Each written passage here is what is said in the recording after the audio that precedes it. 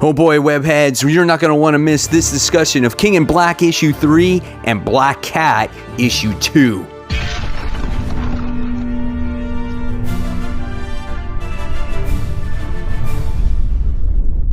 Hey, yo, my webheads out there, welcome back to Comic Book Corner 2.0, and fans, I am your host, Mike Spider Slayer, always helping you make decisions on what comic books to buy, and today, guys, we're talking about King in Black. That's right, we're talking about King in Black issue 3, and then we're also talking about Black Cat issue 2, the King in Black tie-in. Now, Black Cat is a book that you should read if you're following King in Black. It's a tie-in that actually means something, okay? And then King in Black, well, obviously, if you've been reading the series through its entirety, you're definitely going to want to read this one. So, before we get started, if you like this video, please give it a thumbs up, subscribe, and don't forget to hit that bell. So now, let's get started with this King in Black coverage. So the first one we're going to talk about is the tie-in book.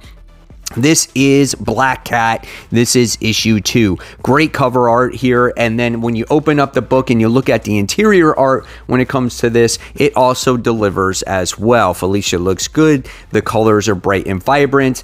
This is a book that is always really nice to look at. And the facial expressions are really cool. Just all this symbiotic goo and all this stuff that happens in this book. It's just a great page turner, man. This is definitely feels that summer blockbuster action event when you're reading this particular book, and it's definitely worthy of that tie-in factor where a lot of the other books like loosely ties into the event, but this feels like there's something at stake here. So just to let you know, there are spoilers. So let's talk about what happens in this book, okay? So the first things first, obviously, if you read the first issue on this, we found out that Doctor Strange was captured in the Chrysler building, okay? So we get to see his little prison right there, and it's in this spear. So Felicia's team has had to come up with some kind of plan in order to rescue Doctor Strange. And there is this artifact that if you give it to Doctor Strange, it's going to soup him up and it's going to help defeat Knull. So it's very important that we rescue him, right? So we wound up finding out in this particular issue is that the doctor, the scientist, has created an anti-venom suit for Felicia to go in with Doctor Strange's dog, Ghost Dog, or Bats, if you want to call him that. This book is really well done as it throws nods to Spider-Man, as it truly belongs in the Spider-Man family. She flies a hobgoblin or a Green Goblin glider into the Chrysler building, and you get to see her infiltrate that spear. You get to see the suit surround her, which I thought was really cool, and we get to see her journey to try to get Doctor Strange from that symbiotic goo.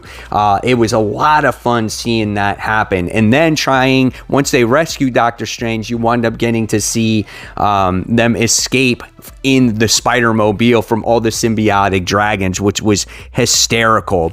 And they have to try to wake up Doctor Strange because he's unconscious the entire time that he is in that Chrysler building. And so what happens is when he doesn't wake up, Felicia winds up taking matters into her own hands and uses that artifact for herself, which I thought was really cool. And this is a big spoiler, so if you don't want to see it, just close your eyes for a minute. But she becomes a Asgardian goddess or something like that to try to defeat the creatures of Knull. So really great tie-in. I thought this was a phenomenal read. It might be one of my favorites of the week. Great book. I definitely recommend this series for a King in Black tie-in. If you have a tie-in that you must read, it's going to be Venom and it's going to be Black Cat because they tie into the story pretty good. So there you have it. All right, so let's talk about the main daddy of them all this week. This is King in Black. This is issue 3. Now, this book is done by Donny Cates and Ryan Stegman. We obviously got the news this particular week that Donny and Ryan are going to be leaving the Venom title. They're probably going to be doing something else in the future. We just don't know what that is. As always, when you look at the book in this particular series with Ryan Stegman's artwork, it's awesome. The coloring is really good as well. Spider-Man looks phenomenal.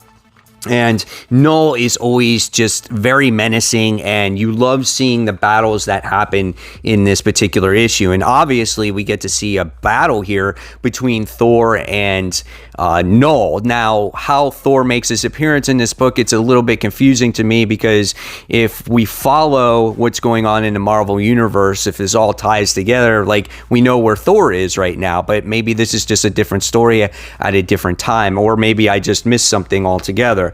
But nevertheless, what happens in this book is we get to see a big narration here by a particular character trying to make his way towards Earth. He is the light that obviously goes against Knull. So we're going to be seeing a battle in the future here. Our heroes have their backs against the wall when it comes to Knull. We obviously witness that Eddie Brock is dead at this point, and we get to see we get to see Dylan really pissed off about the situation. He goes into battle with Spider-Man, which I thought was a lot of fun. We get to see him use his powers as he basically just waves his hands and the symbiotic goo goes flying off of our heroes. He tries to save Captain America. He uses Captain America's shield, and we get to see that Dylan, for a young character just learning to use his powers for the first time, is a very strong character, or he will be in the future. Seeing Knull use his powers, whether it's through other people that he's possessed with the symbiotic goo or the buildings in itself, was actually amazing. We get to see it like come alive in buildings and try to capture Dylan. There's so many great elements to this book where you're just like, oh my God, this is truly happening.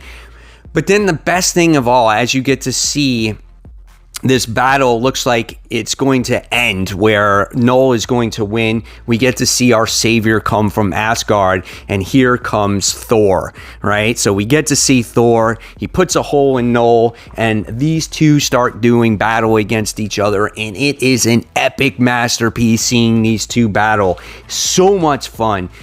They go back and forth, and just when you think that Thor gets the upper hand or Knull gets the upper hand, one, keeps exchanging blows with the other. One of the best pages in this particular book is when you actually get to see Thor get truly pissed off and knocks the jaw right off of Knull. And I was like, oh man, I can't believe this actually happened. So it was so awesome to see that.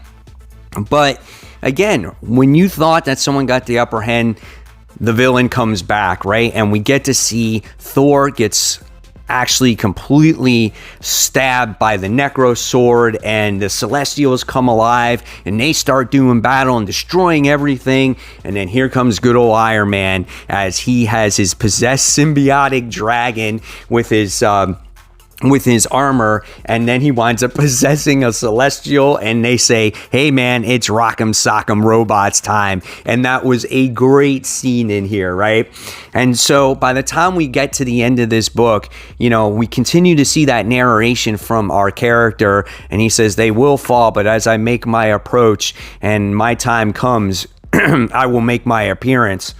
And the person that's been doing that narration, the light that defeats the dark, is Silver Surfer Black. And I was like, oh man, I should have known that it was Silver Surfer Black this entire time. I didn't even realize it, but it all comes together. Everything that Donny Cates has been writing, right? We saw the miniseries of Silver Surfer Black. We saw how Silver Surfer became Silver Surfer Black, how he got to that point to begin with when he wrote Guardians of the Galaxy.